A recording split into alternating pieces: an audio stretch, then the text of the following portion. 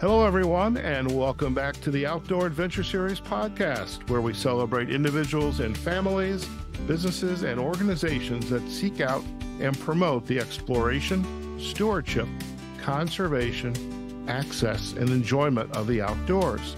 Carey Kish is our guest on the Outdoor Adventure Series today. Carey is an outdoor enthusiast, a travel writer, hiker, a beer enthusiast, and he is passionate about pairing the perfect New England trail with the perfect beer. Now, this comes through in his new book, Beer Hiking New England. Carey, it's a pleasure to have you on the Outdoor Adventure Series podcast. Welcome. Well, certainly nice to be on with you, Howard. Looking forward to it. This should be a lot of fun.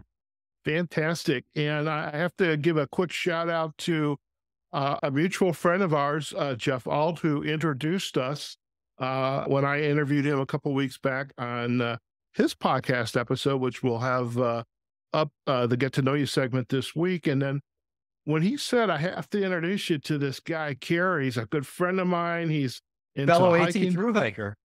Yeah, he's a thru hiker. Yeah, I'm just, again, I think I had shared while we were preparing to turn the mic on to record, is I sit at my desk a lot, and I'm thinking, you got Mount Katahdin that's your background. So the folks, when they see the Get to Know You segment, they're going to say, well, there's Carey. I get who he is, but what is he sitting in front of there? And that's Mount Katahdin.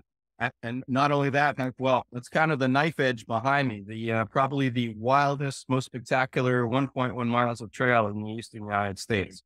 So. Wow. Now, I've got to ask you, and again, for our listeners, you're going to see this in the Get to Know You segment. Is that the side that you walk up, or is there another? Do you walk up in the back? How do you get up there? Well, there's about five, six different ways to get up Katahdin. Okay. And behind me is Pomola. You can get up from Chimney Pond or Roaring Brook.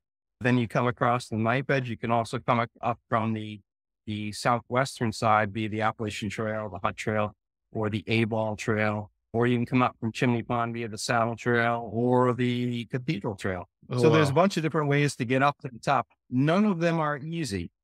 And then once you're up there, if you dare, you find your way across the very airy, sometimes scary knife edge, which will change the way you look at things. Okay. It's crazy up there. Beautiful.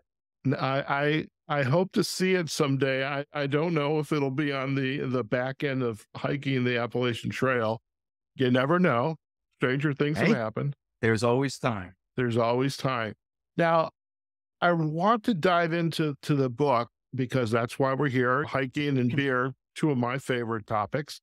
But for our listeners, if we could you provide just a little highlight reel, so to speak, of who is Carey Kish and how did you get into this love of hiking and writing and beer? How does this all come about? Well, I've had a love for hiking for my entire life. Any patch of woods, the woods behind the ball field fence, the hedgerow off the park down the street, whatever it was. And that was in New Jersey. And then we moved to the Berkshires of Massachusetts.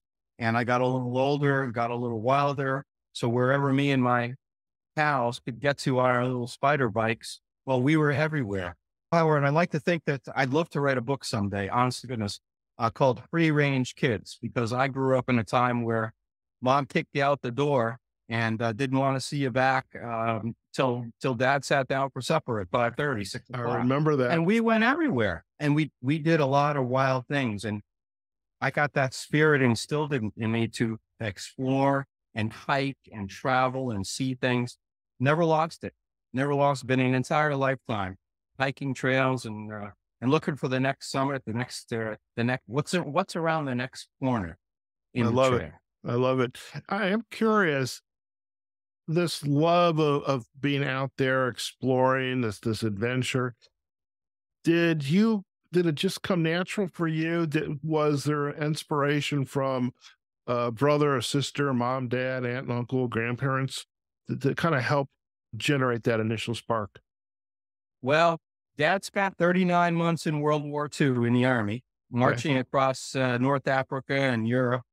And he told us a lot of war stories when I was a kid. And there were a lot of the downsides to that, but there were also the upsides of listening to him talk and all of the adventures he went through a very serious time.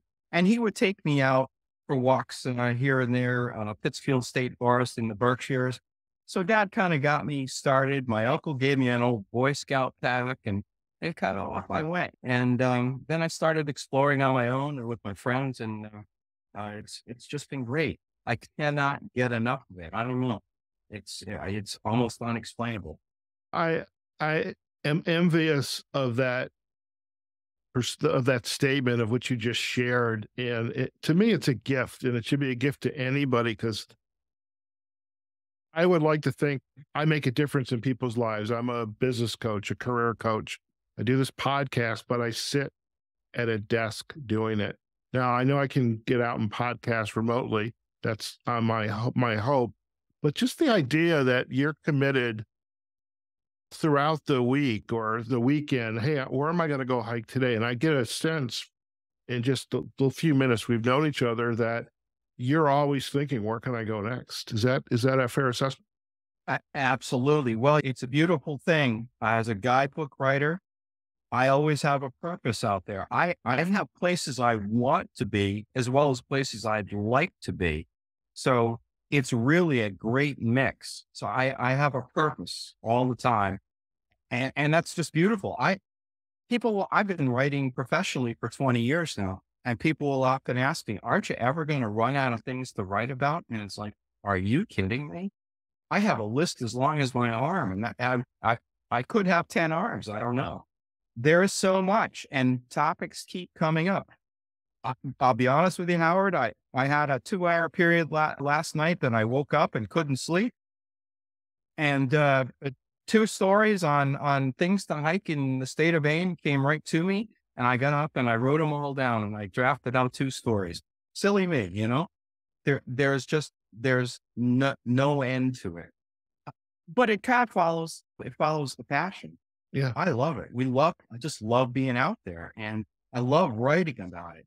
So it's great. I love sharing those stories. I've gotten to write for the Maine's largest newspaper, the Portland Press Herald Maine Sunday Telegram now since 2002. The idea that I can share my passion for the trails and the outdoors and conservation with all of those readers, it's wonderful. And I get a lot of great feedback. It's beautiful. It makes me happy that people will say, hey, I went on that hike. I saw that. That was great. Thanks for sharing that with us. Makes it all. I love the guidebooks, and what's not lost also that your focus is in the New England area. Yeah. And how would you describe the New England area to someone who's really perhaps never even come to the United States? And I get this all the time because I live in Nevada, in Las Vegas. Hey, I'm coming out west. I want to see the Big Five in Utah, or go to Death Valley or Mojave National Preserve. What do you say to somebody that it perhaps hasn't even been on their radar? They need to visit the Northeast and all it has to offer. What do you say to somebody? From a geographic standpoint, the diversity is amazing. I mean, you've got the rocky coast of Maine and the beaches. You've got mile-high Mount Katahdin. You've got the granite state of New Hampshire with the highest mountain in the Northeastern United States. I think most people know about Mount Washington. They once recorded 231 miles an hour wind gusts up there, highest ever in the world. The Green Mountain state of Vermont, the Connecticut River, the hills of Connecticut, the Long Island Sound, the Cape Cod of Massachusetts, the Berkshire. So you've got 6 states, and they've all got different characters, and within them, so many different geographies. It's extraordinary. I mean, most states have them. I mean, there's states like Colorado or California. I mean, we've all got this geographic diversity, but it's kind of all unpacked. Maine, New Hampshire, Vermont, Connecticut, Massachusetts, Rhode Island. It's great. There's just so much to do. And